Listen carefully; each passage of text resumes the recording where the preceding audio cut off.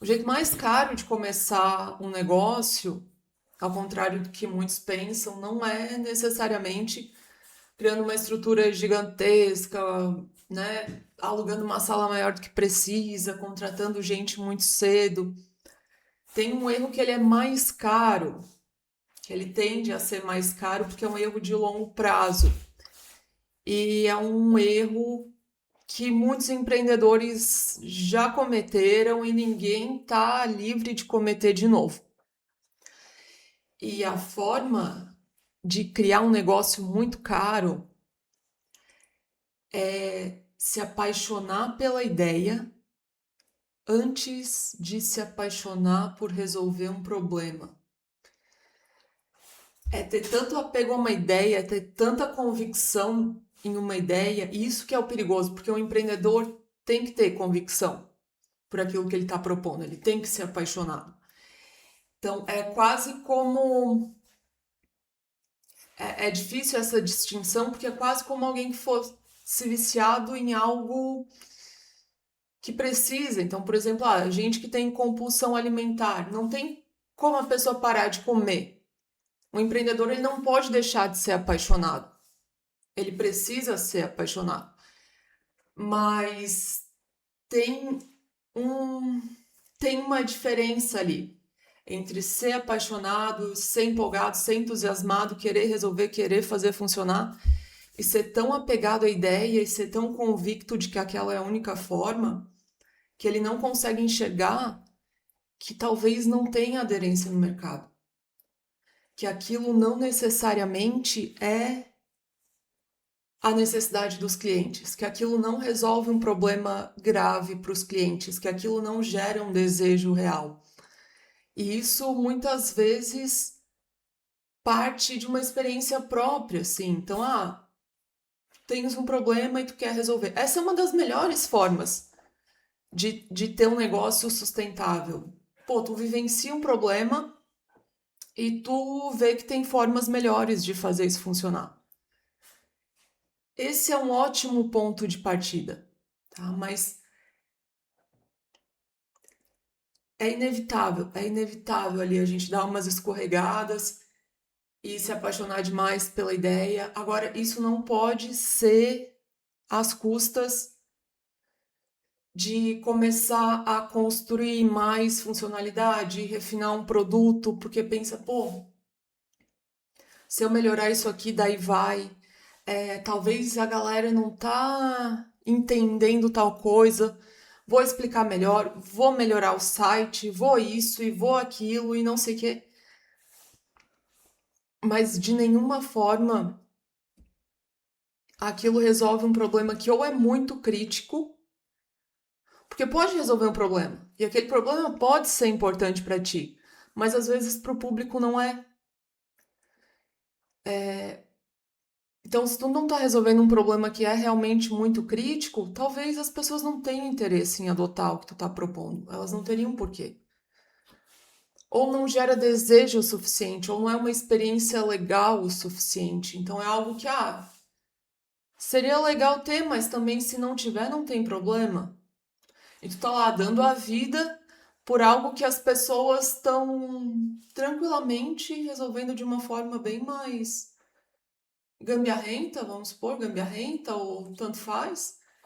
E tu tá querendo refinar a solução, colocar mais funcionalidade e fazer um plano de pagamento diferente e dar opções de pagamento, integrar pagamento com não sei o quê.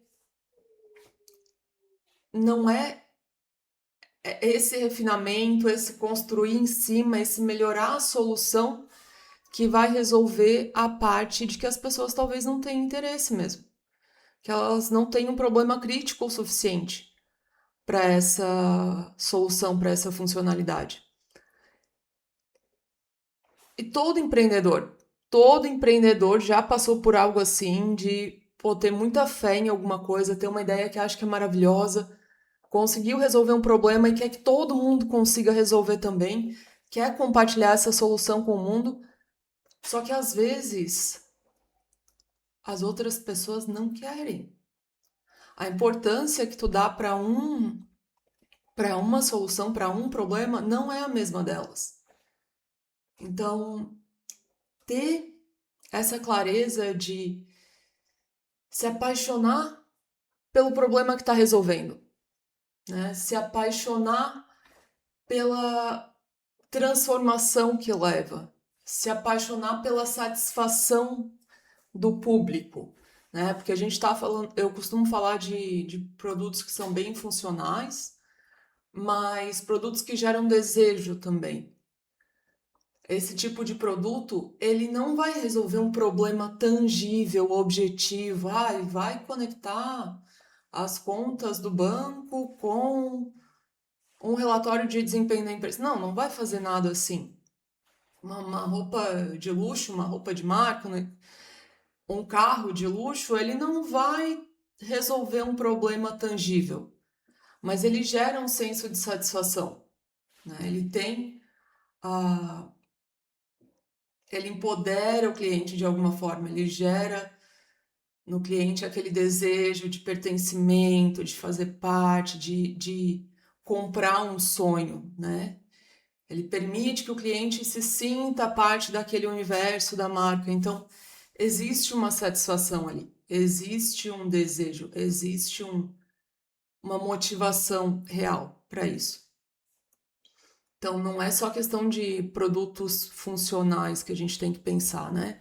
Porque se fosse assim, nenhuma marca de luxo ia se sustentar, porque não precisa. Mas ter muito claro que é isso que a gente precisa focar, o problema que resolve, a satisfação que gera, o desejo que gera, é um desejo de pertencimento, é um desejo de status, de poder, hierarquia social, o que está sendo entregue, né? Como que os clientes conseguem acessar isso hoje? Porque, eu tenho uma solução maravilhosa que resolve isso, isso e aquilo outro. Mas às vezes o jeito como o cliente está resolvendo esse problema hoje tá bom para ele. Ele não precisa adotar uma outra solução, assinar um contrato, mudar a forma como faz as coisas, às vezes treinar o funcionário para fazer diferente, ou aprender a mexer num dispositivo diferente, ou ir lá numa outra loja que ele não sabe o nome da vendedora. Não precisa, sabe?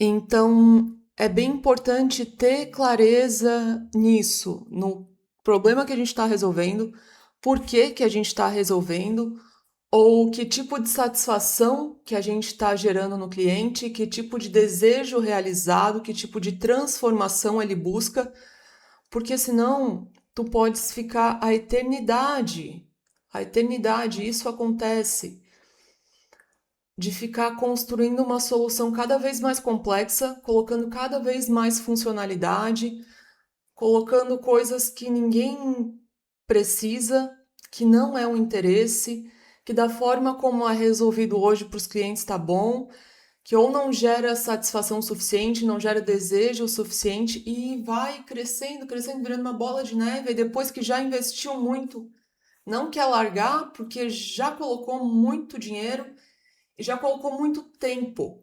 E é isso que torna caro. Tempo, fé, credibilidade. Já foi muito empenho numa ideia para ela não funcionar. E aí fica muito caro largar. Porque daí já não é mais questão só de dinheiro. É dinheiro, é todo o investimento de tempo, é toda a credibilidade que tu colocou o teu na reta ali para defender uma ideia que não está se sustentando. Então, eu gostaria de. E o pior é que, mesmo que eu explique, eu não sei se isso não é o tipo de coisa que tem que passar para ver, sabe? Todas as pessoas que eu vejo fazendo esse alerta só fazem esse alerta porque elas já fizeram isso. E eles falam: não se apaixone pela ideia. Não se apaixone com uma banca de investidores. Não se apaixone com coisas bonitas, relações públicas, uma solução inovadora que saiu no jornal, que saiu lá em sei lá quantas perfis de Instagram, coisa assim. Porque, em última instância, em primeira instância e última instância,